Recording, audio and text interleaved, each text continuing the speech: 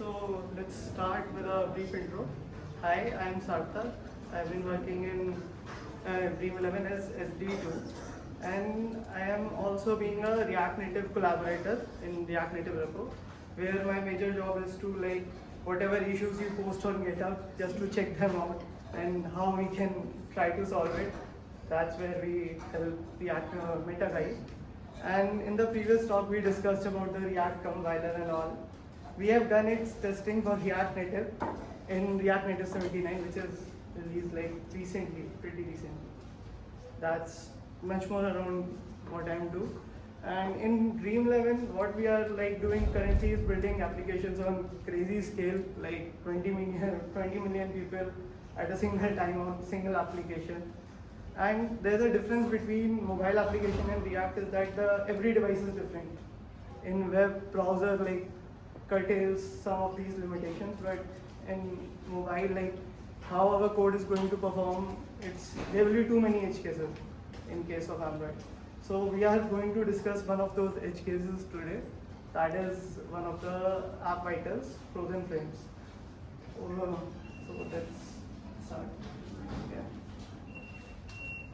So whenever you are like using any application like Swiggy or any social media or anything, when you are like moving through the screens, navigating or switching tabs and all, you feel sometimes it just gets stuck and then it moves, right?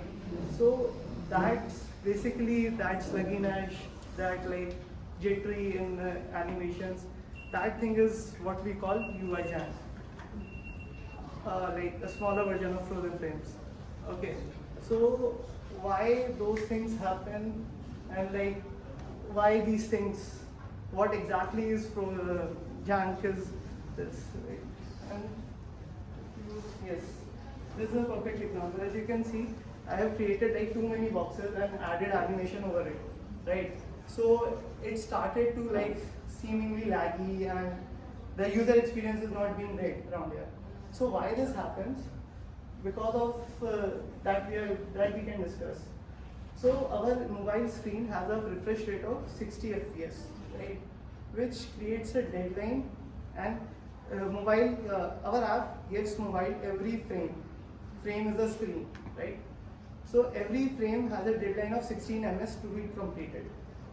If our app gives more work in that frame, so the mobile will take more time, that is greater than 16 ms, to create that frame, which is going to cause this sluggishness in the app.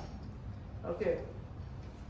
So, and why, like generally complex views are going to take more time for creation. And there are some other cases as well where we can experience frozen frames. That is that you are doing something else on the main thread, and it was supposed to do like creating views for you. Suppose you have called some API call or doing some heavy calculation on the main thread, which was never supposed to be there. That's where this frozen frames and this sluggishness will come from. Okay. So if you see like so 16 ms is a deadline for the sluggishness, which we also call slow frames. If we take that deadline to 700 ms, that will become frozen frames for you.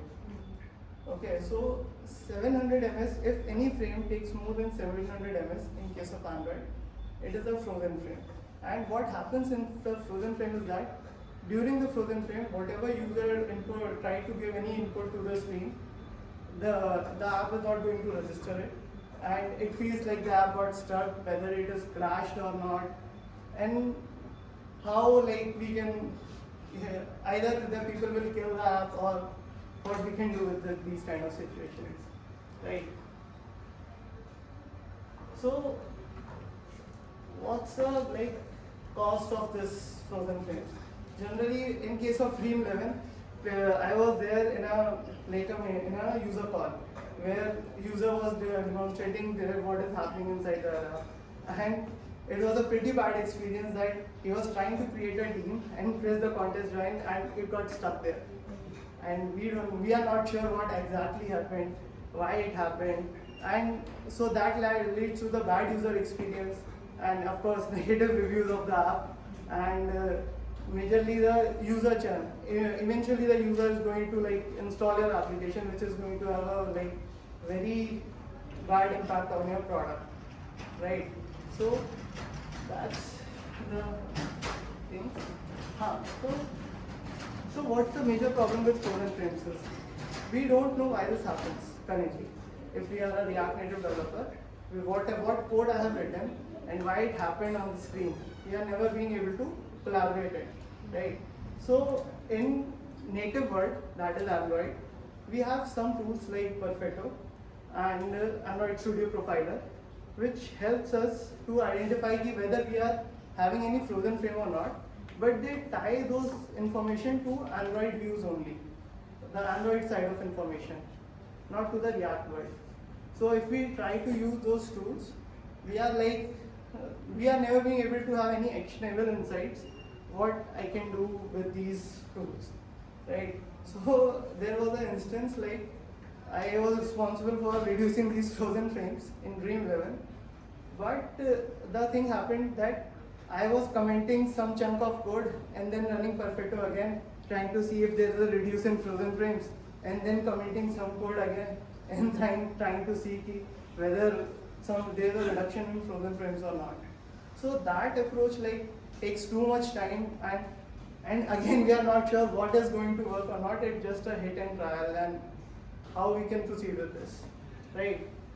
So these are the things that we were trying to solve. We can get the frames info and the diffing algorithm and the diffing algorithm between the virtual DOM and the real DOM that we discussed in the previous talk. Can we take that info and map it together so that we can like have a sensible tool that can tell us the exact cause, what changed in React because of which this frozen frame happened, right? So that's where Bifrost comes into the picture. It's an NPM package, which is a React Native repo, and what it does for you is it records your frames data. It also records your React changes in a React Native app, and it collaborated all of these changes in order to show like what are the we combine those information and display it in a way that what are the exact reasons of the frozen frames. Okay, so if we can, yes, so I will just show it to you, right? So this is what the defrost dashboard looks like, okay? And on the x-axis, as you see, this is a time series data, okay? So on the x-axis, as you see, there are all the frames. Like when you open the app, there is the first frame that is rendered, there is a second frame that is rendered, right? So these are all the frames and how much time it is taken by each frame to render the data, okay?